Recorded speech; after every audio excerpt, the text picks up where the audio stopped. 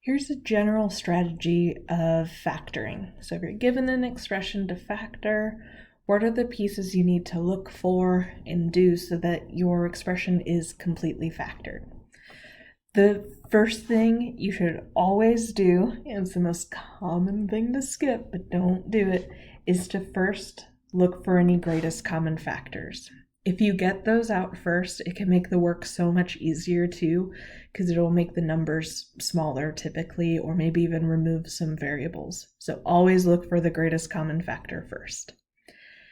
Next, we then want to evaluate how many terms are there. So if there are 2 terms, we want to look for a difference of squares. So that's where each of the values are squared, and then you would factor it following this method here. So for example, say I had x squared minus 16.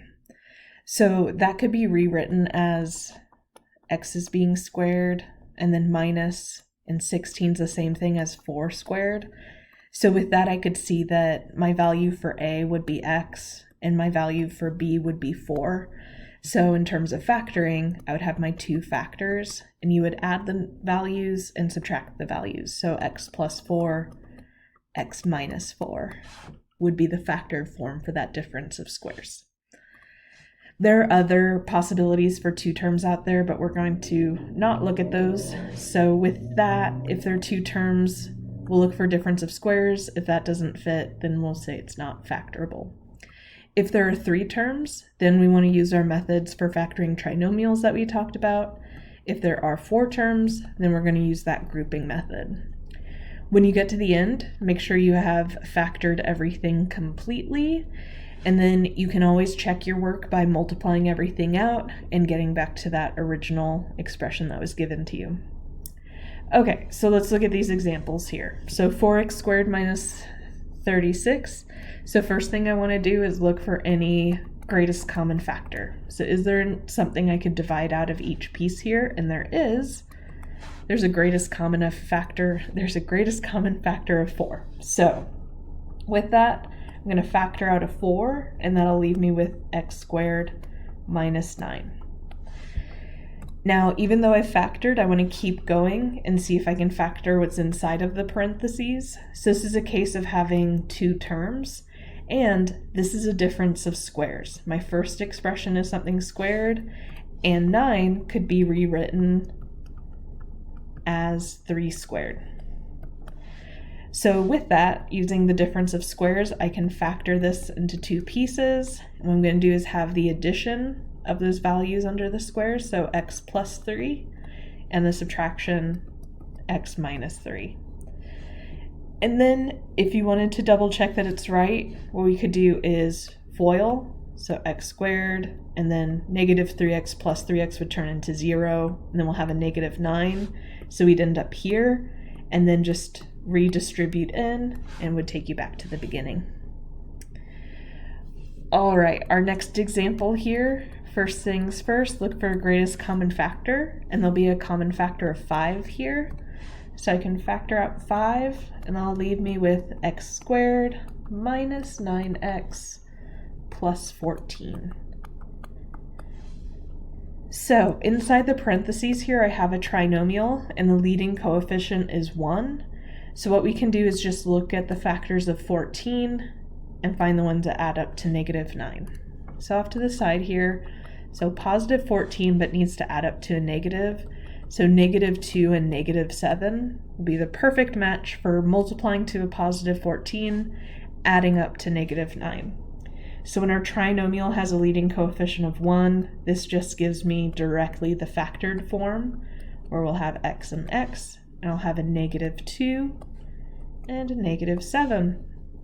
And then we could check by foiling and then distributing, and you should get back to the beginning there. Our last example here is, we'll look for our greatest common factor. So let's see, 6 has factors of 2 and 3, and 2 is going to be our greatest common factor. And then for variables, y shows up in each term, so we can factor out 2y. So in the parentheses, this will leave us with 18x squared plus 8x minus 3y. So with this, I would use the AC method. So I'd want to take 18 times negative 3, which should be a negative 54. And then I want to find a combination that adds up to a positive 8. So let's see, there could be positive 9 and negative 6. There could be 18 and negative 3. Actually, this is a good example where it might be good to use a calculator of some sort and just kind of keep plugging in. So like, I know 54 is divisible by 9. How does 8 work? Nope, 7, 6, 5, 4, 3, 3 and 18, 2. So you can kind of just go in and plug, and that'll help you find factors more quickly for these large numbers. What's going to end up happening here, so you can have 18 and negative 3. What you can see is for the sums, this jumps from positive 3 to positive 15, so it skips over positive 8. What this tells me is that this isn't going to work. We aren't going to get factors that add up to negative 8. And that's completely fine. What that just means is that we're done. This is completely factored. We don't have any more steps to do. And I just realized I left a y on there, but it should just be a negative 3. So that would be our factored form, but that trinomial cannot be factored. So that's our general strategy, is that first look for greatest common factors if there are any. Then think about the methods we've already used to keep factoring until it's all completely factored.